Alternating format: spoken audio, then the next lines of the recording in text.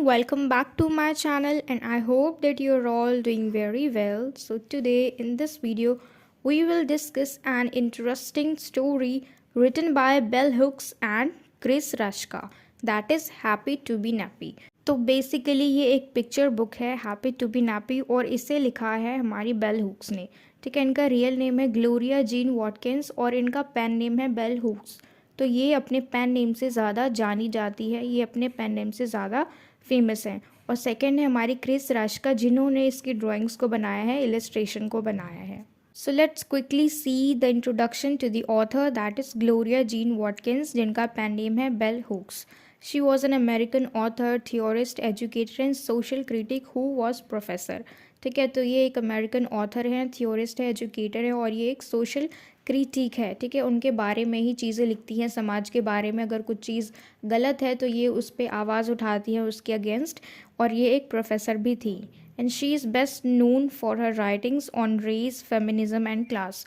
और ये अपनी राइटिंग्स में ज़्यादातर रेस, फेमिनिज़म और क्लास के लिए ही जानी जाती हैं, क्योंकि इन्हीं सारी चीज़ों को, इन्हीं सारे टॉपिक्स को वो सबसे ज़्यादा हाईलाइट करती है अपनी राइटिंग्स में, यानी जातिवाद, नारीवाद और जो वर्ग होते हैं ना, अलग अलग वर्ग के लोग, उनके बारे में। And she was born on 25th of September in 1952 in America and she was died on 5th of December in 2021. It means she was 69 years old. ठीक है, तो that was all about our author Bell Hooks. अब हम start करते हैं इसकी summary को। तो ये कहानी जो है वो शुरू होती है एक स्मॉल गर्ल से, एक यंग गर्ल से, जिसका नाम है गर्ल पाई। और ये एक ऐसी लड़की है जिसके बाल बहुत ही ज़्यादा स्वीट हैं, फ्रेश है, क्लीन है और खुशबूदार है, फ्रेगरेंट है। और साथ ही साथ जेंटल हेयर है और सॉफ्ट है लाइक अ कॉटन, यानी रुई जैसे हैं इसके बाल, वेवी हैं, सॉफ्ट हैं और देखने में ऐसा लगता है जैसे किसी फूल की पंखुड़ी हैं, फुल ऑफ फ्रिज, यानी इसके बाल बिल्कुल करली हैं और सॉफ्ट हैं, दिखने में भी शाइनी हैं। पर हमारी नरेटर जो है वो किसी भी एक पर्टिकुलर हेयर स्टाइल को लेके बहुत ही ज़्यादा कॉन्सर्न है। वो कहती हैं कि कुछ लोगों के बाल ऐसे होते हैं जैसे कि क्राउन लगा हुआ है, उनके सिर पे एक ताज लगा हुआ है।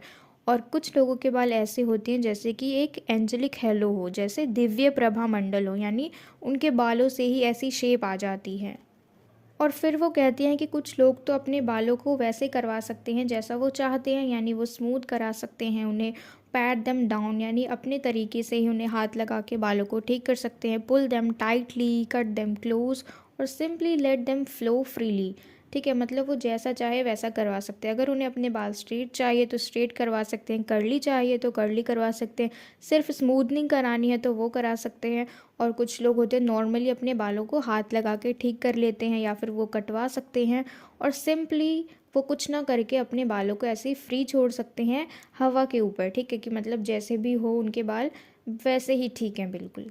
इसके साथ साथ हमारी नरेटर ये भी मेंशन करती है कि कुछ जो होते हैं वो अपने बालों में कंघी कर सकते हैं, उसके बाद वो उसकी चोटी गूंथ के बना सकते हैं, और या फिर कुछ लोग होते हैं कि वो अपने बालों को जैसे हैं वैसे ही छोड़ देते हैं। और फिर वो कहती हैं कि कुछ लोग अपने बालों में हाथ लगाते हैं, कुछ लोग अपने बालों के साथ खेलते हैं और कुछ लोग अपने हेयर स्टाइल को ही चेंज करते रहते हैं। ठीक है, to chase away the sadness, यानी जो सैडनेस है उस चीज़ से दूर जाने के लिए। अब ये सैडनेस क्यों है? क्योंकि उन्हें जैसे बाल चाहिए वैसे बाल नहीं है उनके। अगर उन्हें कर्ली चाहिए तो उनके बाल स्ट्रेट हैं, अगर स्ट्रेट चाहिए तो उनके बाल कर्ली हैं। तो इसलिए वो कह रही हैं कि वो अपने हेयर स्टाइल को चेंज करते हैं, किस लिए? To chase away the sadness, यानी वो जो सैडनेस है जो उनको चेज कर रही है, किस चीज़ के लिए? कि हमें ऐसे बाल चाहिए लेकिन हमारे बाल ऐसे हैं, तो वो अपने बालों को हेयर स्टाइल ही चेंज करते रहते हैं, जैसे उनको चाहिए वैसा नहीं होता है इसलिए। तो नरेटर हमें स्ट्रांगली सजेस्ट कर रही हैं कि अपने बालों में सिर्फ एक बार कंघी करो और उसे छोड़ दो, यानी एक ऐसे दिन की शुरुआत जिसमें हमारी उम्मीदें हों, जिसमें होप हो। ठीक है, अब ऐसा क्यों कह रही है हमारी नरेटर? ताकि हमें बस यही चीज़ दिमाग में ना घूमता रहे कि हमें तो ऐसे बाल चाहिए थे, स्ट्रेट बाल चाहिए थे और कर्ली बाल है। बस जैसे भी बाल है उन्हें कॉम्ब करो और आराम से एक्सेप्ट कर लो उस चीज़ को कि हाँ मेरे ऐसे बाल हैं और ऐसे बाल तो किसी और के है भी नहीं। क्योंकि बहुत सारे लोग हैं इस दुनिया में जो बिल्कुल भी एक दूसरे से मैच नहीं करते हैं। मैं सबसे अलग हूँ, आप सबसे अलग हो, आपके जैसे इस दुनिया में और कोई दूसरा इंसान नहीं है। There is only one you, then how could somebody else the same hair. एक आप ही हो तो आपके जैसे सेम बाल किसी और के कैसे हो सकते हैं? क्या पता हमें अगर किसी के स्ट्रेट बाल अच्छे लग रहे हों और हमारे बाल कर्ली और हमें भी स्ट्रेट बाल चाहिए, लेकिन क्या पता जिसके स्ट्रेट बाल हैं वो अपने स्ट्रेट बाल से परेशान और उसको कर्ली हेयर चाहिए, है ना। तो दोनों में डिफरेंस है बहुत ज़्यादा। तो जिसके पास जो है जैसा है उस चीज़ को हमें एक्सेप्ट करना चाहिए, ये कहना है हमारी नैरेटर का। क्योंकि उन्होंने अभी हमें कितने सारे हेयर टाइप बताए हैं ना, curly, straight and so on. तो उन्होंने बोला कि जिसके बाल जैसे हैं उनके ऊपर वैसे ही अच्छे लगते हैं, है ना। We need to accept this truth.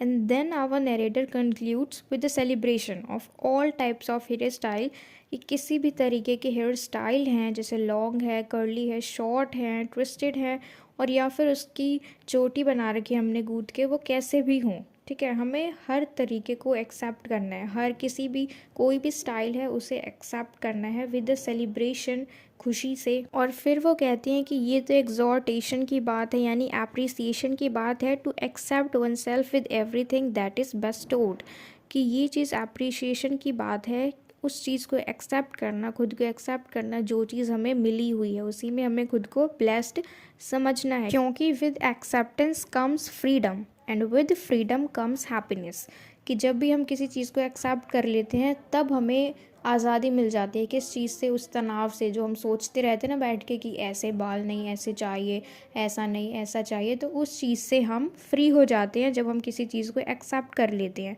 ठीक है। और अगर फ्री हो जाते हैं हम तो फिर हम हैप्पी हो जाते हैं। तो ये था हमारा समरी। अब हम चलते हैं हमारे एनालिसिस पे।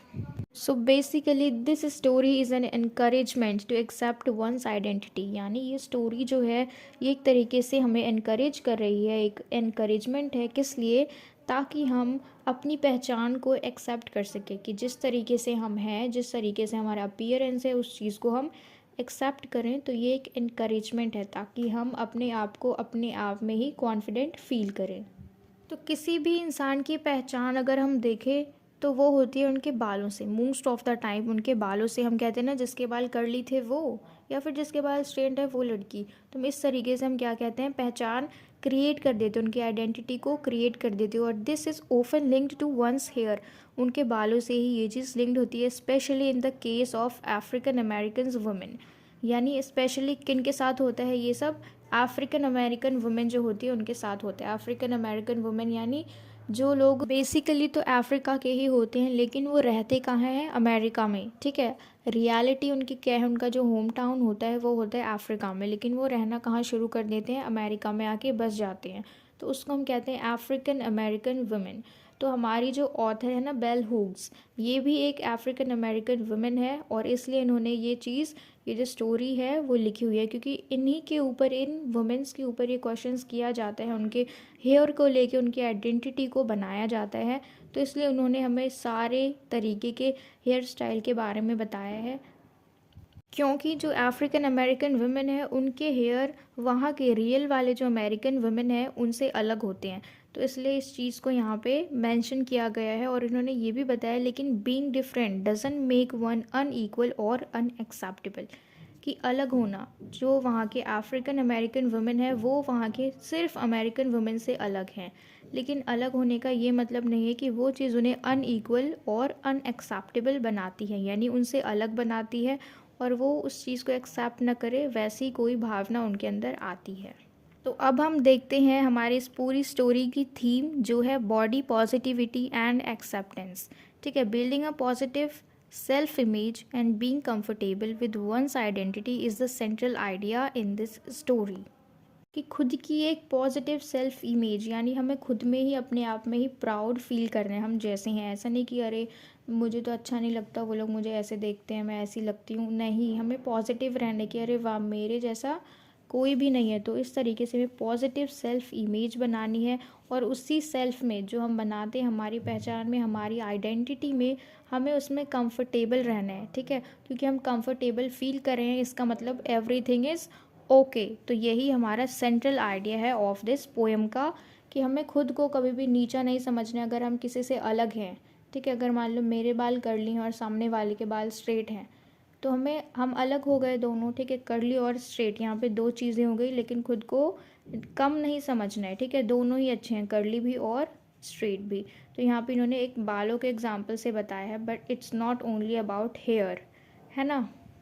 It's about everything that makes us feel down, तो हमें वहाँ पे इस चीज़ को याद रखना है कि अगर हम किसी से अलग हैं तो इसका मतलब ये नहीं है कि हम उनसे कम हैं या फिर हम अपने आप को पसंद करना छोड़ दें, हम अपने अंदर चेंजेस लाएं। नहीं, जैसे हम हैं हम वैसे ही बिल्कुल परफेक्ट हैं। जो चीज़ हमें मिली हुई है उसी में हम बिल्कुल परफेक्ट हैं।